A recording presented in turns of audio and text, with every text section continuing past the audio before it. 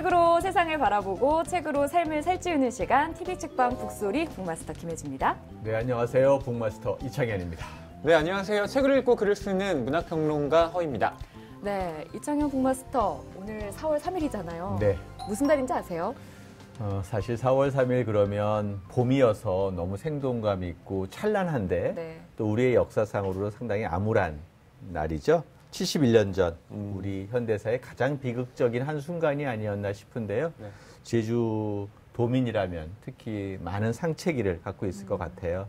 누구도 공개적으로 얘기하지 못하고 네. 그 당시에 피해자들이 스스로 피해자라는 말도 제대로 못했던 우리의 질곡된 현대사가 참 아쉽다라고 생각이 듭니다. 네. 이 4.3은 들여다보면 들여다볼수록 어떻게 이런 일이 벌어질 수 있지? 진짜 깜짝 놀라게 그렇죠. 하는 그런 비극적 역사인데요. 사실 많은 사람들이 이 4.3에 대해서 그렇게 잘 알지는 또 못합니다. 하지만 2012년에 그 오미열 감독이 지술이라는 영화를 네. 또 만들면서 그게 많은 사람들에게 회자가 됐고 이제 지슬, 그게 제주도 말로 감자를 뜻하고 그게 바로 4.3과 연관된 우리의 아픈 역사다라는 걸 이제는 많은 사람들이 그래도 알게 된 것 같더라고요. 네. 오늘 이 제주 4.3과 관련해서 특별한 분을 모셔봤습니다. 아픈 역사를 정면으로 마주하고 또 희망을 풀어내시는 분이시죠. 과연 어떤 분일지 화면을 통해서 먼저 만나보겠습니다.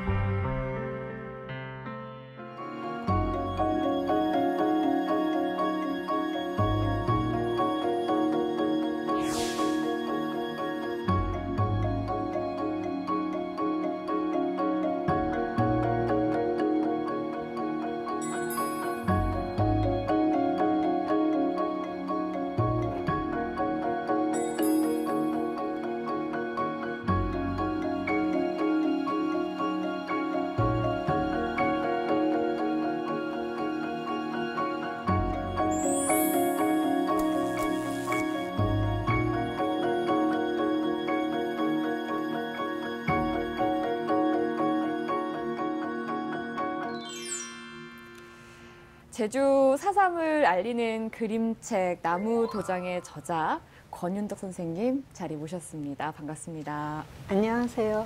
안녕하세요. 오늘같이 뜻깊은 날 제가 여기 나와서 나무도장의 이야기를 하게 돼서 무척 고맙고요. 감사합니다. 네. 일단 직접 뵙는 거는 처음이거든요. 네. 그런데 이제 스테디셀러의 저자시기도 하시고 네. 그리고 이 그림책의 역사를 담으시는 분이라 더 이렇게 포스가 있으실 줄 알았어요. 근데 너무 소녀 같으시고요. 그래요. 조용한 가운데 카리스마. 그러니까요. 전 강인함이 지금 있을 여기서 수 있어요. 아우라가 막 그래요? 느껴져요. 가까이 그래요? 있으니까. 저는 정말 그냥 소녀 이렇게 봤는데 너무 아름다우십니다. 고맙습니다. 그리고 오늘 너무 예쁜 네. 브로치를 하나 달고 오셨어요. 네. 동백꽃. 동백꽃이에요. 이게 이제 제주 4.3을 상징하는 꽃, 꽃이죠. 동백꽃. 그리고 의미가 기다림이라는 네. 의미를 가지고 있다고 네. 저희 이제 촬영하기 전에 말씀을 해주시더라고요. 그 동백꽃이 이 나무도장 첫 장면에도 나오는데 네. 처음에 제주 갔을 때 그 이렇게 빨간 꽃이 담 밑으로 뚝뚝뚝뚝 이렇게 떨어져 있는데 너무 아름답고 이렇게 가슴이 철렁 내려앉는 것 같은. 근데 아마 누구나 그런 생각을 했을 것 같아요. 그래서 아마 이 동백꽃을 상징으로 삼지 않았을까. 네. 사실 역사를 잊은 민족에는 미래가 없다. 네. 뭐 이런 얘기가 있잖아요. 근데 오랫동안 4.3을 우리가 제대로 기억하지 못했던 것, 우리 현대사의 질곡이고 또 우리 대한민국 국민들이 해야 될 책무를 조금 소홀히 했던 게 아닌가 생각이 드는데요. 또 그와 함께 계속 권윤덕 작가님의 책들을 봤는데 네. 비단 오늘 소개할 나무도장뿐만 아니라 책들을 많이 만드셨는데 만희의 집, 네. 이 책 있잖아요. 어마어마한 책이죠. 예, 어마어마한 책이고 여기에서 바라보니까 옛날에 우리의 안방 모습이 그대로 담겨져 있는 이런 모습들이 보여져서 저 자개장 진짜 오랜만에 봐요. 저는. 그렇죠.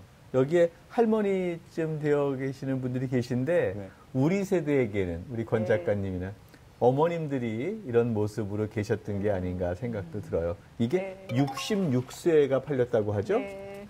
그래서 몇만 부였죠? 네, 25만 부라고 하는데 사실 어린이 도서에서는 이렇게 큰 베스트셀러가 쉽지 않을 텐데. 네. 그 교과서에도 실려 있어서 그리고 또 많은 분들이 할머니 집에 대한 기억들 네. 그리고 또 잊혀져가는 물건들 이런 것 속에서 저 책을 많이 좋아해 주시는 것 같습니다. 네. 저로서는 되게 고맙고요. 네. 이 마니네 집은 그러니까 마니가 연립주택에 살다가 할머니 댁으로 이사 가서 조부모와 함께 이제 살게 되는 얘기인데 진짜 마당이 없는 집에서 마당이 있는 그렇죠. 집으로 갔을 때에 이 아이가 느끼게 되는 생활의 변화상이 참 놀랍더라고요. 네. 개들도 참 많고요. 그 개들이 이렇게 장난감도 막 물고 물어서 가고. 개 집으로 갖고 가요. 없는 장난감은 개집에. 굉장히 유머러스하게 느껴지더라고요. 네. 저도 사실 이게 할머니 집이랑 너무 닮아 있어서 진짜 이렇게 보고 있으면 냄새 나는 것 같아요. 할머니네 집 냄새가. 그런 맞아. 느낌에 너무 따뜻하게 읽었던 그림책입니다. 근데 이 마니네 집이 지금도 널리 읽히는 스테디셀러고 스테디셀러라 함은 정말 성공한 그림책 작가다라고 말을 하는 게 전혀 부끄럽지 않을 정도의 수식어일 텐데 2010년 이후에 특별한 행보를 보이십니다. 위안부 문제를 다룬 꽃할머니를 내셨고 또 그 이후에 제주 4.3을 다룬 이 나무도장이라는 책을 내시게 되셨어요. 이 책을 쓰게 된 직접적인 어떤 계기가 있었을까요? 처음에 제가 제주를 간 거는 아마 제 책 중에 그 시리동동 거미동동이라고 네. 제주 해녀 이야기 그리고 아이가 등장하는 저는 걔를 그냥 시리라고 불렀는데 그 책에선 주인공 이름이 나오진 않아요. 네. 그 이야기를 가지고 이제 책을 냈는데 그 책을 내면서 처음 제주를 간 거죠.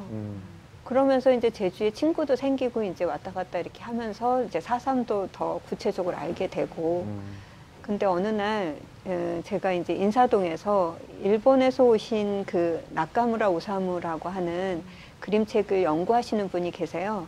1년에 한 2번 정도 한국을 나오시는데 자기가 그 북촌의 너분숭이 거기에 그 답사를 갔었을 때 그 너분숭이가 그 애기 무덤이 이렇게 있는 곳이거든요. 한 20구 정도 있는데 그 중에 네. 한 8구 정도가 그 북촌 그 사건 때 마을 학살이 일어났을 때 그 죽은 아이들의 무덤이다라고 이제 거기 안내판이 이렇게 있어요. 근데 이제 거기에 누가 그 시리동동 그 책을 거기다 갖다 놨다는 거예요. 근데 비가 이렇게 막 내리니까 그게 젖잖아요. 네. 그래서 그 나카무라 선생님은 저게 젖어서 아이들한테 이렇게 스며들겠구나라는 생각을 하셨다는 얘기를 저한테 버스 정류장에서 이 우산을 둘이 쓰면서 그 얘기를 들은 거예요. 그 얘기를 듣는데 갑자기 지금도 네, 그 시리라고 하는 그 작은 여자, 시리동동에 나오는 그 여자아이가 나한테 이거 이제 4.3 하라고 하는구나라는 생각이 좀 들더라고요. 그래서 해야 되겠다. 그래서 시작한 일입니다. 네. 사실 우리나라에서는 뭐 이렇게 4.3이라든가 그러니까 역사적 이 비극을 다룬 작품이 그렇게 많지는 않은데 외국에서는 그래도 사례를 좀 찾아볼 수가 있습니다. 뭐 그림책은 아니지만 네. 그러니까 만화로 분류되는 아트 슈피겔만의 G라는 작품이 있어요. 이건 1992년에 퓰리처상을 받았는데 나치의 그 홀로코스트, 그러니까 유대인 학살을 겪은 사람의 트라우마에 대한 얘기거든요. 그러니까 어떤 거대한 그 역사의 소용돌이를 지나온 사람들이 그 이후에 어떤 삶을 사는가에 대한 얘기니까 저는 이 나무도장 역시 실은 제주 4.3을 다루고 있지만 지금 우리가 어떻게 기억해야 하는가 해석하고 우리에게 전유시켜야 되는가 이런 질문을 던진다는 점에서 나무도장과 쥐가 또 비슷하게 연관이 되더라고요. 4.3에 대한 기억이 71년 된 것을 재해석하는 것처럼 저런 책이 있었을 때 그런 기억이 우리 전체 국민의 공동의 기억이 될 수 있다는 생각이 들고요. 그러니까 그런 면에서 아까 히틀러 시대에 많은 유태인 학살들이 있었는데 이 홀로코스트에 대한 기억을 지금 독일 국민이 하기 때문에 독일이 유럽에서 1등 국민이 되는 거거든요. 그러니까 그러면서 대한민국 국민도 4.3에 대한 제대로 된 기억을 할 때 민주 시민으로 다시 그 역할을 다할 수 있는 게 아닌가 생각도 하게 됩니다. 네.